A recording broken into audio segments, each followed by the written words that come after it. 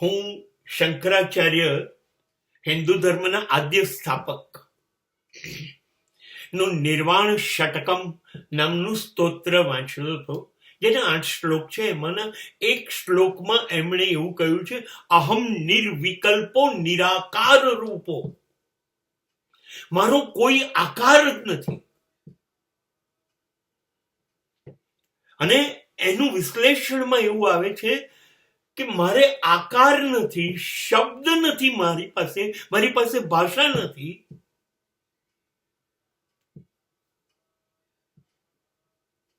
મારો આકાર નથી, રંગ નથી, રૂપ નથી, મને કોઈ મારી શબ્દ નથી, મારી ભાષા નથી. એટલે અંગ્રેજો અંગ્રેજીમાં પ્રાર્થના કરે, જર્મનો જર્મનીમાં કરે, ફ્રાન્સ ફ્રેન્ચમાં કરે, ચાઇનીઝ ચાઇનીઝમાં કરે, આફ્રિકનમાં કરે, રશિયામાં કરે, હિન્દુ સંસ્કૃતમાં કરે. તો ઈશ્વરે કેટલી ભાષા શીખવાની? ઈશ્વરની કોઈ ભાષા નથી. હું નિશબ્દ છું, હું નિરાકાર છું. એટલે મને તમારા શબ્દો ખબર નથી પડતી, તો ઈશ્વર તને શું સમજ પડે છે? તારે આકાર નથી, રંગ નથી, રૂપ નથી, તને સમજ શું પડે છે? આપણી લાગણી, આપણો ભાવ, આપણું સમર્પણ એને સમજ પડે છે.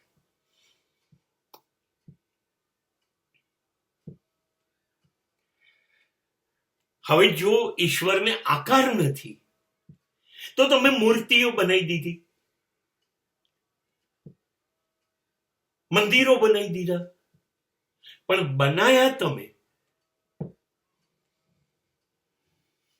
અને એ જ શંકરાચાર્ય શિવ મહિમ્ન સ્તોત્રમાં કહે છે, અજન્માનો લોકા.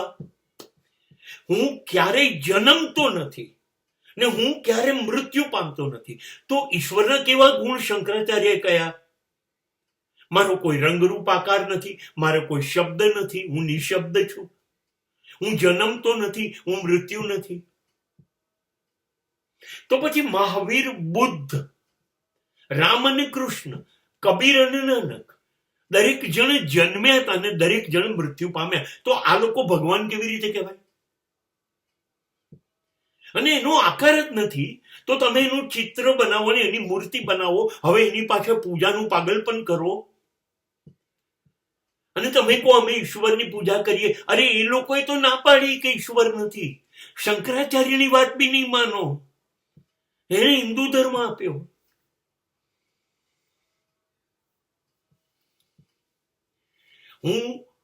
હું નાસ્તિક થવાની વાત નથી કરતો, કેમ કે મને તો નાસ્તિક બહુ ગમે છે. એટલા માટે કે નાસ્તિક જ સાચો આસ્તિક છે. એ એવું સ્વીકારે છે ઈશ્વર નથી, કેમ કે મેં જોયું નથી, મેં સાંભળ્યું નથી, ઉમલ્યો નથી. સાચું તો બોલે છે ને.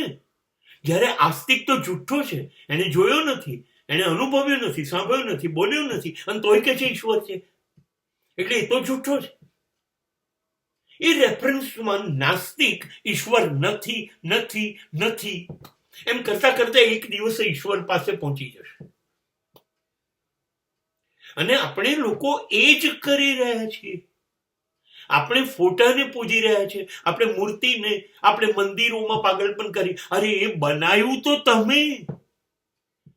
એક બાજુ તમે કહેશો સમગ્ર બ્રહ્માંડનું સર્જન ઈશ્વરે કર્યું અને એને બનાવ્યું આ બધું તમને પણ, અને હવે તમે એને બનાવો છો ઈશ્વર.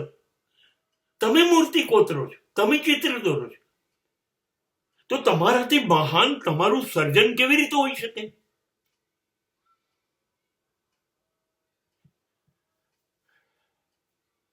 ઈશ્વર નથી એમ નથી કહેતો, એક એવી ગજબની શક્તિ છે જેને બધું સર્જન કર્યું હોય. પણ એ પથ્થરમાં નથી, એ પહાડમાં નથી, એ એવું નિર્જીવ ના હોઈ શકે. અને આજે તમે શ્લોક બોલો છો, શાસ્ત્ર લખો છો, એ તો માણસોએ લખેલા છે, ઈશ્વરે નથી લખેલા. એ કુરાન હોય તો મોહમ્મદ સાહેબને મગજમાં આવ્યું હતું, પ્રેરણામાં. બાઇબલ પણ ક્રાઇસ્ટને આવ્યું હતું. આ શંકરાચાર્યએ અદભુત લખ્યું છે, ઋષિઓએ, વેદો, ઉપનિષદો બધું, પણ એ એમણે લખ્યું છે. એ એમના જમાનાના કવિ લેખકો હતા. ઈશ્વરે પોતાની વાત ક્યાંય લખી નથી, એના હસ્તાક્ષર નથી.